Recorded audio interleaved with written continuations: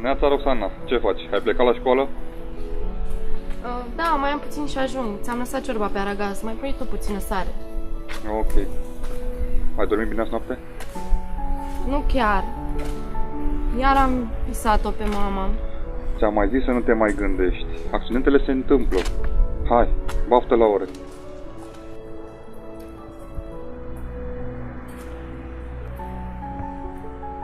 Bună, Andreea, ce faci? Bine, hai, ne vedem în parc. Vine și Mihaela. Zice că ne povestește ce a mai pățit cu Gagicu aseară. Super, abia aștept. Ok, ne vedem la locul nostru. Pa!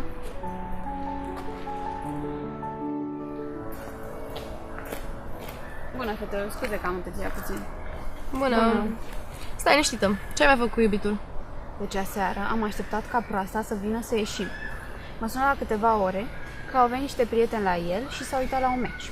Și că să-l scuz, dar ieșim altă dată. Mă, s-a întâmplat doar o dată, nu e mare lucru. Stai liniștită. Da, unde și săptămâna trecută am ieșit să bem ceva și a luat lui de băut. A terminat și de-abia pe urmă m-a întrebat dacă vreau și eu un suc. Lasă, cum era al meu, nu cred că ți-ar fi convenit. Mereu mi-a aducea plușul de parcă încă aș mai fi un copil. Să mi aducea flori și poezii, dar ce sunt eu, critic literar? Ia-mi să mă las în pace cu prostiile lui cu tot. Dar eu ce să mai zic? Că l-am prins pe ăla sărutându-se cu Ioana. Dar tu, Roxana, de ce nu-ți cauți pe unul? Încă n-am găsit băiatul potrivit. Treaba ta, faci ce vrei. Auzi, tu ai văzut că tipul ăla de pe bancă se tot holbează la tine? Ce ai, fată? S-o fi uitat și el odată de 2 ori, dar lasă-l în pace. Ba nu, chiar așa e, uite-te acum. Aveți dreptate. Gata, mă duc la el. Să se olbeze la televizor, nu la mine.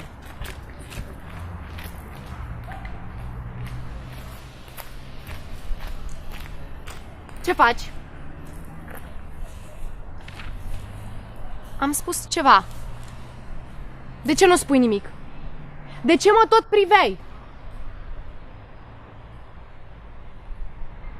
Ce tot faci aici? Ia să văd. Asta sunt eu? De ce mă desenezi? Hei, ce ai cu el? Ce ți-a făcut? Pleacă de aici, cară-te, lasă-mă. Ia să văd.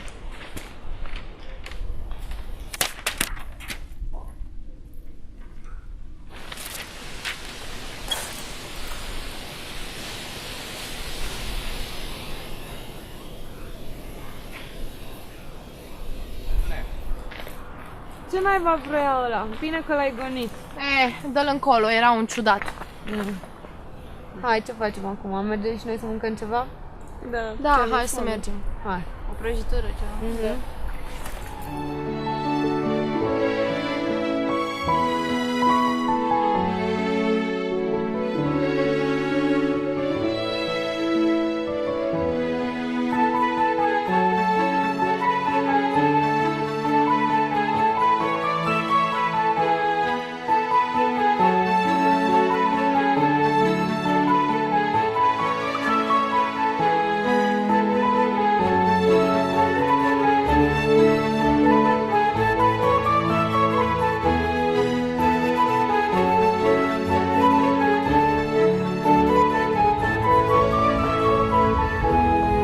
Stai puțin, te rog.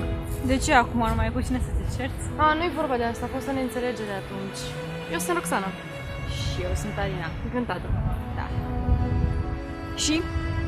Ce vrei? Aș vrea să-mi spui câte ceva despre acel băiat care desena în parc. Știi cumva pe unde umblă? Păi știu că îl cheamă Andrei, știu că stă din zone dintre astea mai naturalnice, gen regie, pe supod, poate chiar și în port, de ce nu? Ok, mersi mult. Pare rău pentru atunci. Asta a fost, oricum. Hai că eu mai stau. Pa!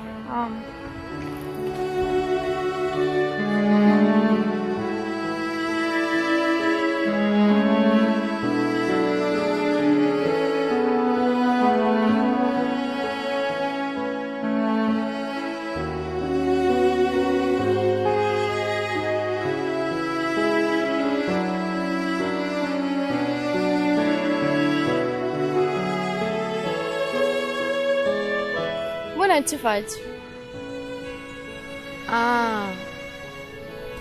Nu vorbești. Chiar îmi pare sincer rău pentru data trecută. Am și eu ceva pentru tine. Să-ți arăt că și eu știu să desenez.